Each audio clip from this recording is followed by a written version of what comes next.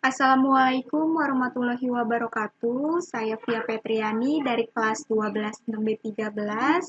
Saya akan mempresentasikan tema data forgery. Latar belakang perkembangan teknologi informasi dan komunikasi menyebabkan perubahan sosial, ekonomi, dan budaya secara signifikan berlangsung demikian cepat. Seiring dengan perkembangan teknologi internet menyebabkan munculnya kejahatan yang disebut dengan cybercrime atau data forgery. Kejahatan melalui jaringan internet. Munculnya beberapa kasus cybercrime di Indonesia seperti pencurian kartu kredit, transmisi data orang lain, misalnya email, dan memanipulasi data dengan cara menyiapkan perintah yang tidak dikehendaki ke dalam programmer komputer. Untuk menanggulangi kejahatan cyber, maka diperlukan adanya hukum cyber atau cyber law. Cyber law merupakan aspek hukum yang ruang lingkupnya meliputi setiap aspek yang berhubungan dengan perorangan atau subjek hukum yang menggunakan dan memanfaatkan teknologi internet yang dimulai pada online dan memasuki dunia cyber atau maya. Di sini ada rumusan masalah, adanya pengertian dari cybercrime dan cyber law, apa pengertian data forgery, apa saja penyebab terjadinya kejahatan data forgery, hukum apa yang berlaku untuk penyalahgunaan data forgery. Maksudnya untuk memenuhi tugas mata kuliah etik, melatih mahasiswa untuk lebih aktif dalam pencarian bahan materi etik, menambah wawasan tentang data forgery. Tujuannya memberikan informasi tentang data forgery kepada penulis khususnya dan masyarakat yang membaca pada umumnya. Batasan masalahnya, karakteristik cybercrime, penyebab terjadinya data forgery, modus kejahatan, penanggulangan data. Ruang lingkup penulisan makalah ini dibatasi pada pembahasan tentang kasus kejahatan data forgery, baik pemalsuan sebuah situs internet maupun email, phishing penanggulangannya. Pengertian data forgery. Pengertian data ini ada dua menurut Kamus Besar Bahasa Indonesia dan menurut Teguh Wahyono, Eskom. Untuk kesimpulan data forgery sendiri yaitu data pemalsuan atau dalam dunia cybercrime, data forgery merupakan kejahatan dengan memalsukan data pada dokumen-dokumen penting yang tersimpan sebagai scriptless dokumen melalui internet. Adapun menurut KBBI, data adalah keterangan yang benar dan nyata atau keterangan bahan nyata yang dapat dijadikan bahan kajian, analisis, atau kesimpulan. Menurut Teguh Wahyono Eskom, dalam bukunya yang berjudul Etika Komputer dan Tanggung Jawab Profesional di Bidang Teknologi Informasi, data merupakan kumpulan kejadian yang diangkat dari suatu kenyataan fakta, dapat berupa angka, huruf, simbol, atau gabungan dari ketiganya. Di sini ada seed server atau sisi server dan client side sisi pengguna. Sisi server ini pemalsuan dengan cara penggunaan karena salah ketik. Sisi pengguna dibilang jauh lebih mudah dibandingkan dengan server side karena si pemilik tidak perlu untuk membuat sebuah fake website, pelaku hanya memanfaatkan sebuah aplikasi yang sebenarnya legal. Pengertian cybercrime tidak lepas dari permasalahan keamanan jaringan komputer atau keamanan informasi berbasis internet dalam era global. Ada karakteristik dan bentuk-bentuk cybercrime. Untuk karakteristik cybercrime, perbuatan yang dilakukan secara ilegal, perbuatan tersebut dilakukan dengan menggunakan peralatan apapun yang terhubung dengan internet. Perbuatan tersebut mengakibatkan kerugian material maupun imaterial yang cenderung lebih besar dibandingkan dengan kejahatan konvensional. Untuk bentuk cybercrime, kejahatan yang menyangkut program atau software komputer, data atau informasi komputer, tindakan yang mengganggu operasi komputer. Dampak cybercrime terhadap keamanan negara, kurangnya kepercayaan dunia terhadap Indonesia berpotensi menghancurkan negara. Dampak cybercrime terhadap keamanan negara, kerawanan sosial dan politik yang ditimbulkan dari cybercrime antara isu-isu yang meresahkan, memanipulasi simbol kenegaraan dan partai politik dengan tujuan untuk mengacaukan keadaan agar tercipta suasana yang tidak kondusif, Munculnya pengaruh negatif dari manaknya situs-situs yang dapat diakses bebas tanpa batas yang dapat merusak moral bangsa. Motif terjadinya data forgery. Untuk melakukan kejahatan komputer berupa data forgery diantaranya untuk sabotase ataupun pencurian informasi data penting dan rahasia. Penyebab terjadinya faktor politik, ekonomi, dan sosial. Penanggulangan data forgery. Perlu adanya cyber law, yaitu hukum khusus yang menangani kejahatan yang terjadi di internet karena kejahatan ini berbeda dari kejahatan konvensional. Penyedia web-web yang menyimpan data-data penting diharapkan menggunakan enkripsi untuk meningkatkan keamanan. Perlunya sosialisasi yang lebih intensif kepada masyarakat yang bisa dilakukan oleh lembaga khususnya. Para pengguna diharapkan untuk lebih waspada dan teliti sebelum memasukkan data-data di internet. Contoh kasus dari data forgery.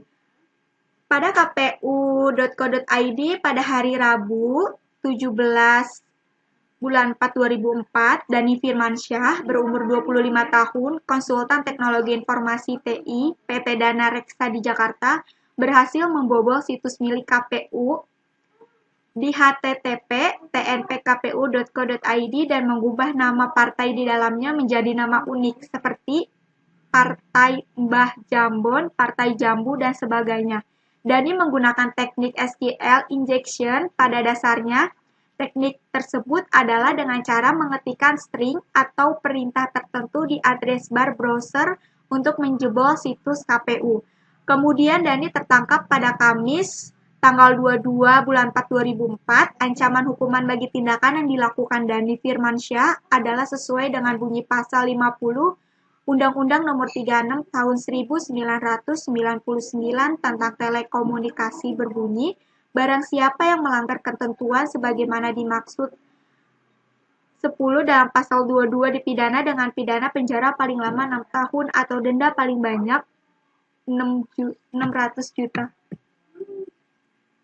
Analisis kasusnya, setelah dilihat dari kasus tersebut, maka Dani Firmansyah termasuk dalam data forgery, yaitu memalsukan data pada data dokumen penting yang ada di internal, apapun dasar hukum yang dipakai untuk menjerat Dani Firmansyah dengan pasal Undang-Undang Nomor 36 Tahun 1999 tentang telekomunikasi, yang merupakan bentuk lex specialis dari KUHP di bidang cybercrime.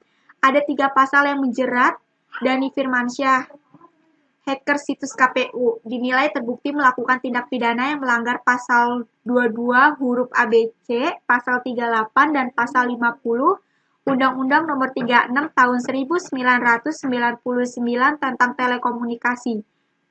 Pada pasal 22 Undang-Undang Telekomunikasi berbunyi, setiap orang dilarang melakukan perbuatan tanpa hak tidak sah atau memanipulasi akses jaringan telekomunikasi, ke jasa telekomunikasi, dan ke jaringan telekomunikasi khusus. Unsur kasus ini telah terpenuhi dengan pembobolan situs KPU yang dilakukan oleh Dani secara ilegal dan tidak sah, karena dia tidak memiliki hak atau izin untuk itu. Dilihat dari kasus Dani Firmansyah, maka dapat dijerat dengan UU ITE sebagai berikut. UU ITE nomor 11 pasal 27 ayat 3 tahun 2008 yang berbunyi, setiap yang disengaja dan tanpa hak mendistribusikan atau membuat dapat diakses informasi elektronik atau pencemaran nama baik.